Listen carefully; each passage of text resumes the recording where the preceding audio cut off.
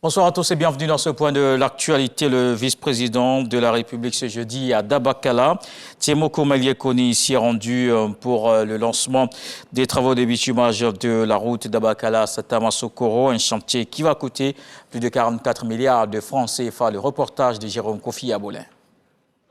L'axe Dabakala-Satama-Sokoro va désormais faire partie des voies bitumées en vue du développement de cette région en particulier et de la Côte d'Ivoire en général. C'est pour en faire l'annonce que le vice-président de la République, Tiemoko Maliekoni, est accueilli ce jeudi à Dabakala par les populations en liesse. Population ici représentée par le maire de Dabakala et le député de Satama-Sokoro, Satama-Soukoura, Bassawa, comme porte-parole. Excellence, monsieur le vice-président, vous sentez avec nous la ferveur des populations. C'est pourquoi nous vous demandons de bien vouloir déposer vos bagages et disposer des clés de la ville afin que vous reveniez à la maison voir vos parents et vous reposer dans le Djimini chaque fois que le besoin se fera sentir. Le lancement des travaux de bitumage de l'axe Dabakala-Satama-Sokoro augure d'une amélioration des conditions de vie et de développement, car, comme l'adage le dit, la route précède le développement. Pour le ministre de l'Équipement et de l'Entretien routier, dont le département est le maître d'ouvrage, ce projet constitue une autre étape de l'action du gouvernement. La section routière Dabakala-Satama-Sokoro constitue une voie stratégique pour la région. Elle permet de relier les peuples Djamala et Djimini d'une part et d'autre part assurer la liaison vers les régions du Gbeke et du Tchologo. La réalisation de cet itinéraire procurera un point douté des avantages socio-économiques indéniables pour les usagers grâce à la réduction du temps de parcours, du coût d'exploitation des véhicules et du coût de transport. Les populations de la région pourront ainsi facilement écouler leur production vers les centres de commercialisation et rentabiliser leurs investissements. Excellence, monsieur le vice-président de la République, c'est le lieu pour moi de rendre et de faire hommage à son Excellence, monsieur le président de la République, qui, ayant placé l'amélioration des conditions de circulation des personnes et des biens au cœur de sa politique publique, permet aujourd'hui de réaliser cet important projet pour les populations de cette partie du pays. Le vice-président de la République, pour sa part, se félicite du fait que ce projet va apporter beaucoup de bonheur aux populations bénéficiaires.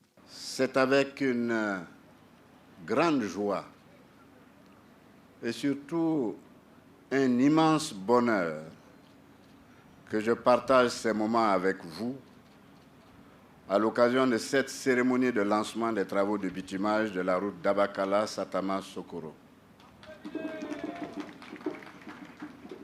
Je voudrais commencer par vous remercier de l'accueil chaleureux que vous avez bien voulu me réserver, ainsi qu'à la délégation qui m'accompagne. Votre mobilisation exceptionnelle est le témoignage de votre hospitalité légendaire et de votre reconnaissance surtout au président de la République, son Excellence Alassane Ouattara, pour ses actions de développement en faveur de notre département. En effet, la politique inclusive de développement du chef de l'État met un point d'honneur sur les infrastructures, comme l'a dit tout à l'heure le ministre des Infrastructures, en particulier les routes, afin de rapprocher nos régions et nos départements. Cette politique met en chantier l'ensemble de notre pays, du nord au sud, de l'est à l'ouest, afin d'améliorer les conditions de vie de nos populations.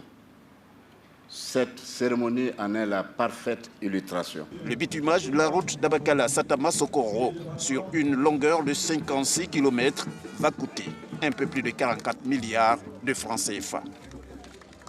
Et après plusieurs jours de confusion, le porte-parole du gouvernement burkinabé a confirmé lundi que les autorités de Ouagadougou avaient demandé le départ des troupes françaises. Le Burkina héberge actuellement un contingent de près de 400 forces spéciales françaises selon la force Sabre. L'ambassadeur de France, Luc Alab, a été rappelé à Paris pour consultation, a déclaré le ministre des Affaires étrangères ce jeudi. Alors, comment le Burkina Faso entend-il lutter contre le terrorisme? Le pays a-t-il les ressources, surtout pour garantir l'intégrité du territoire national? Des réponses à toutes ces questions et bien d'autres dans le dossier Inter à suivre dans le 20h. On termine en Ukraine. Au moins une personne a été tuée et 2 autres blessés à Kiev ce jeudi matin après une salve de missiles russes dans la capitale. 2 sites énergétiques essentiels de la région d'Odessa ont également été endommagés par les tirs. Le commandant-chef des forces armées ukrainiennes a annoncé que la défense anti-aérienne a abattu 47 des 55 missiles tirés. Pendant ce temps, la chef de la diplomatie française est arrivée ce jeudi à Odessa, dans le sud-ouest de l'Ukraine, pour afficher le soutien de Paris à l'Ukraine. La suite, c'est avec les infos régionales. Je vous donne rendez-vous à 20h.